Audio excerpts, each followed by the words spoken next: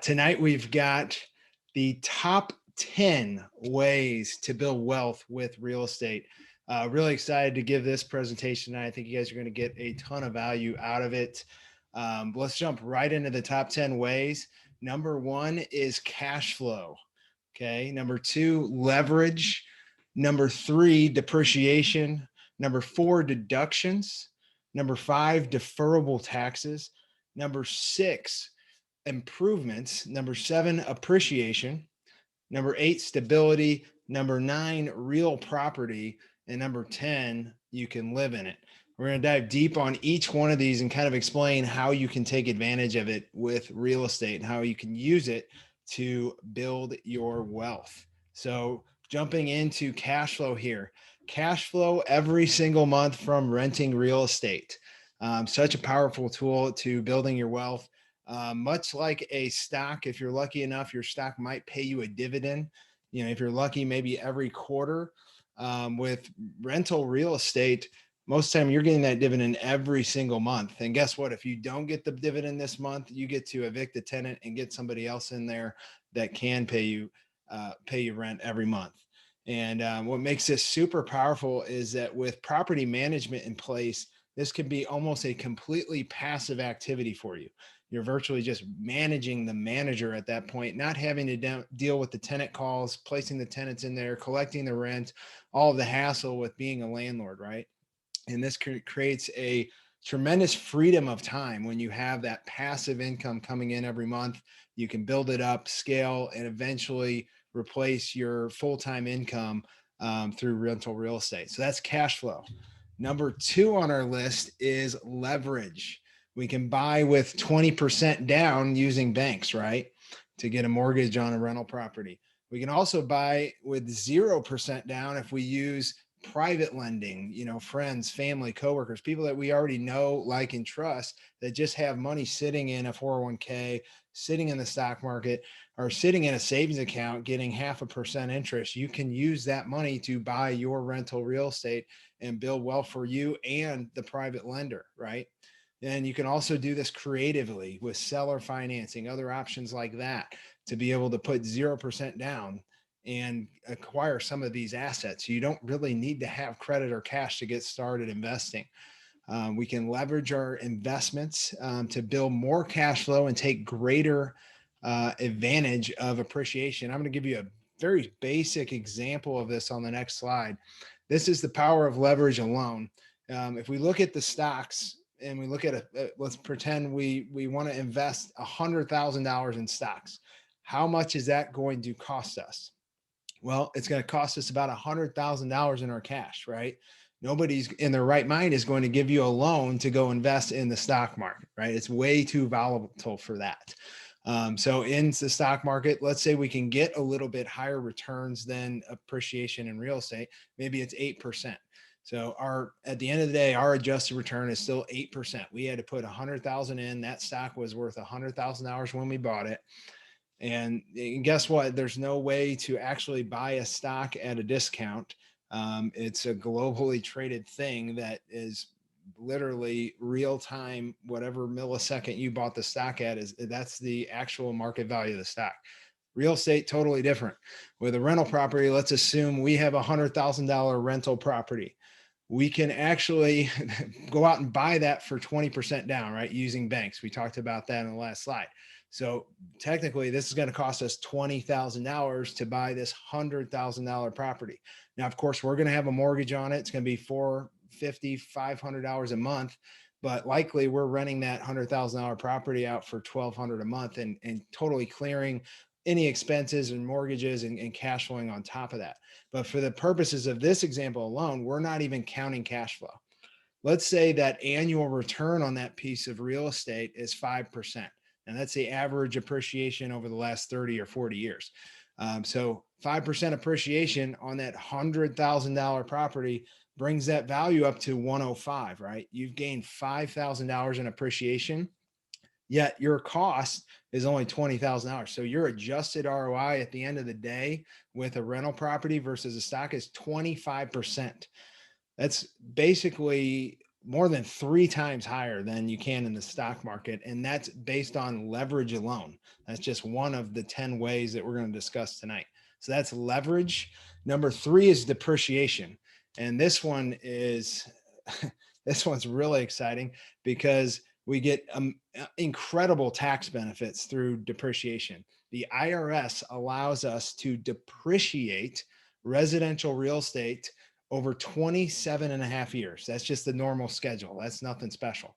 Now, we can also accelerate this depreciation schedule by using like cost segregations and other things like that. What depreciation means is that if you have a property, you get to take a certain percentage or value of that property and write it off on your taxes every year. Everybody wonders how people like Donald Trump don't pay any taxes. Well, he owns tons of real estate that are constantly depreciating every year, wiping out any kind of income that he is actually making. And so I'm going to give you a real basic example of how this works. So let's take that $100,000 investment property that we had from the previous slide. Normally here in our market, we're going to have about $300 in monthly cash flow on that property. And this is after getting, an 80% loan to value mortgage. This is after paying your mortgage, after paying your taxes, after paying your insurance, after paying any utilities, after budgeting for repairs, CapEx, and vacancy. Normally at the end of the month, we got about $300 left over in taxable cash flow, taxable rental income, right? So $300, 12 months a year, that comes out to $3,600 a year. Now, if you look back the 27 and a half years, this is what the IRS allows for residential real estate. That comes out to be $3,636 a year that the IRS is going to let you write off on that particular property. So at the end of the day, you're going to have a net negative $36 taxable deduction because of a rental loss every single year. Even though you've cash flowed $300 a month, at the end of the year, you get a tax deduction. So that's how powerful this depreciation concept is. And so when you couple that with the cash flow and the leverage and all the other ways that we're going to discuss here in the next 10 items here, it becomes one of the most powerful investment vehicles on the planet. So that's depreciation. Number 4 is deductions. This is just mind blowing. So if you don't own a business or have an LLC or a company, this reason alone will make you go out and start a company tomorrow and pay the $50 Secretary of State filing fee, because now you can expense the purchases used for your business. And one of the classic examples I use here is if I was going to go out and buy a $300 iWatch and I was an employee, well, we know how employees get taxed. Employees make a wage and then the taxes get withheld on their paycheck and then they get paid the difference of that. And so for this example, we're going to basically compare an employee to an investor that owns a business. And so the investor also is in that same 33% tax bracket, which I would argue is kind of low. Most people that are making, middle-class income today, when you add everything up, their next dollar is getting taxed at like 40, 45, 49.5%. It's kind of crazy when you start looking at all the taxes that you have to pay. But for this example, we're just going to say 33% across the board. So in order for that employee to go out and buy the $300 iWatch, they've actually got to make $447 in their job. They got to go make that on their paycheck. And then 33% is going to be withheld, the $147, so that they get to take home $300 at the end of the day to go buy their watch, right? So true cost to them, it turns out to be $447. Now, the investor that owns a business that's buying the same iWatch for the same price, they're using this for their business. They're getting messages from the real estate agent, their property manager. They're getting notifications on their watch. This is actually a legitimate business expense for them. So at the end of the year, they're using this as a deduction. So this is coming off of their taxable income. So they're actually saving 33%. If they didn't write this off, they would have had to pay 33% of that $300 in taxes, right? So when they write that $300 watch off, they're saving $100 in taxes that year. So the true cost of the watch to them is only $200. So same watch, same price, employee pays more than double than a business owner or an investor would for the same exact watch. So that's the power of deductions for you. And then number 5 is deferrable taxes. So this is mind blowing. So you can actually defer the capital gains on the sale of your real estate. And so capital gains, if you guys don't know, if I have a rental property that I've held for a couple of years and it's been cranking out that 5, 6, 7, 8% appreciation every year, and I want to go sell it. And let's say I can get $100,000 more than I bought it for when I go to sell it. Usually if I take that $100,000 and stick it in my checking account, I'm going to have to pay capital gains taxes on that money, which could add up to a very significant chunk of change. But the IRS created this vehicle called a 1031 exchange, where instead of taking that $100,000 and taking it home, I can go use it to put it into another property. So I might have had a mortgage on the property that I was selling. I might go buy $100,000 property outright and have no mortgage and have a free and clear property and be able to defer the capital gains taxes, not pay any cap gains taxes that year. I might want to go out and buy a much bigger property that can produce way more cash flow than my $100,000 or $200,000 property did to begin with. So capital gains, we can trade in our proceeds for more cash flow when we sell. And eventually, and this is the mind blowing thing, capital gains will be forgiven when you die. So if you keep doing this 1031 exchange for the rest of your life, when you pass away, the IRS actually forgives all of the deferred taxes that you've been doing. And now you can pass down all this real estate to your heirs. So it's such a powerful vehicle to use to be able to avoid paying taxes forever, essentially. And then 6, of course, is improvement. So we can force the appreciation of a property through renovations and cosmetic upgrades. Think paint and carpet. Those are like always your best bang for the buck. They're cheap to do. They add a ton of cosmetic improvement to the property that can increase the values, increase the rental value. We can also find space in the house to add like beds or bathrooms. That's another major value add to a property. We could redo kitchens and bathrooms and flooring and kind of little things around the house that can add value as well. And the cool thing here is you can hire a contractor, have them do everything for you, or you can invest some sweat equity like I did in the first house that I lived in. I didn't have that much money to put in, but I had, some time on the weekends to swing a hammer and really add a bunch of value to my house without, spending much money on it. So that's forced appreciation there, number 6. And then 7 is just your natural market appreciation. So as we said earlier, historically, appreciation in real estate over the last 30, 40 years has been 4 to 5% per year. And you'll see on this graph here, this is the last 30 years. And one of the things people always freak out about is like the market downturn. So I wanted to point out here that most of my investors are investing for cash flow. Appreciation is 7 on our list of 10 ways right now. So this is basically just the cherry on top for us. It's great when it happens, and it usually happens. But we're not pigeonholed into having to have appreciation to make our investments work. Our number one way is through cash flow.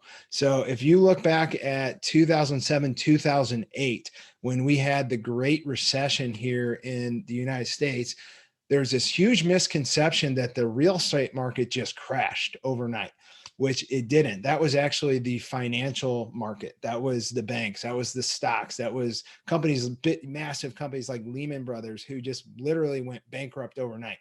The real estate market, however, didn't do that. It actually took about 4 years here to kind of go down and bottom out. And so if you look at that section of time where we had the recession from 06 to 11, the actually average percentage over that time period was negative 4.15%. So any investors that we have been coaching would be holding over that time period and not really feel a thing. And we come out the other end and go into that cycle of appreciation where now you're seeing huge gains I think you saw 11.5% in 2013. I think we're going to, if all projections hold steady for 2021, I think we're going to hit 12.5 or 13 this year. So we're seeing huge swings up the other direction here for appreciation. So that's appreciation for you. And then 8, of course, is stability. So similar graph here. This is home prices over the last 30 years. And what I want to point out here is when you had that recession in 08, this is slow to rise and slow to fall. So it took 4 years to bottom out in that downturn cycle of the market. So if for some reason you were all banking on this appreciation to work out for you, you could see that market turn the other direction and you could actually get out before it hit the bottom. If you're in one of these highly volatile markets, which most of our investments are here in the Midwest, where it's relatively stable and doesn't go up and down as much as it does on the coastal cities. But this is one of the other benefits to investing in real estate and building wealth is the stability of real estate assets. Number 9, it's real property. Okay, so the value of it never goes to zero. This is not a stock. This is not a company that can go bankrupt overnight. It will always have a value. People always need a place to live. And there's always going to be more people, but there's never going to be more land, right? Where it's a limited resource. They're not making any more land in this country or anywhere else. But we are making a lot more people. So there's always going to be people that need a place to live. And so having a piece of real estate is just a phenomenal way to hedge yourself against the stock market, to hedge yourself against inflation. And as inflation increases, so do real estate values. And we're at Wealth Agents, we're brokered by EXP. And if you guys heard the news, we just recently had Grant Cardone join our organization, which has been phenomenal. If there's anybody on the planet that knows money and real estate better than he does, that would blow my mind, because I don't think there is. But I had the pleasure of being on a call with him last week. And one of the things that he said was that in the United States right now, for every $5 that is out there, that $1 of that has been printed over the last 12 months. And that is shocking to me. So that is literally 20% of all the money that is in circulation in the United States right now has been printed by our federal government. So if you don't think inflation is something to worry about and something to hedge against, you've got another thing coming. It's also been projected that even if the market for real estate heads to another recession, heads to another downturn, that prices won't fall, because inflation is looking like it could be spiking to all-time highs in the near future, which would keep those prices keep going up. So this is actually, I've got it at number 9 on my list here, but in the next couple of years, you could see this jump up to the front of the list for sure. Number 10, you can live in it. Think house hacking. You can live in one unit and rent out the others. I've seen people now do this with single family houses. I was shocked. You could rent out the other rooms in the house and have other people pay your mortgage, and you're living for free, which I don't know how there's a better way to get started investing in real estate than this. It's virtually risk-free. You're not paying rent. Somebody else is paying your mortgage and building up your wealth while you're just hanging out and having a great time. So I wish I would have done this coming out of college. I'd be like 5 or 6 years ahead of where I am now. So house hacking, super powerful tool. If you guys want more help on this stuff, go to wealthagents.com, get one-on-one help from a real estate investment advisor. Hope to see you there, and I will see you on the inside.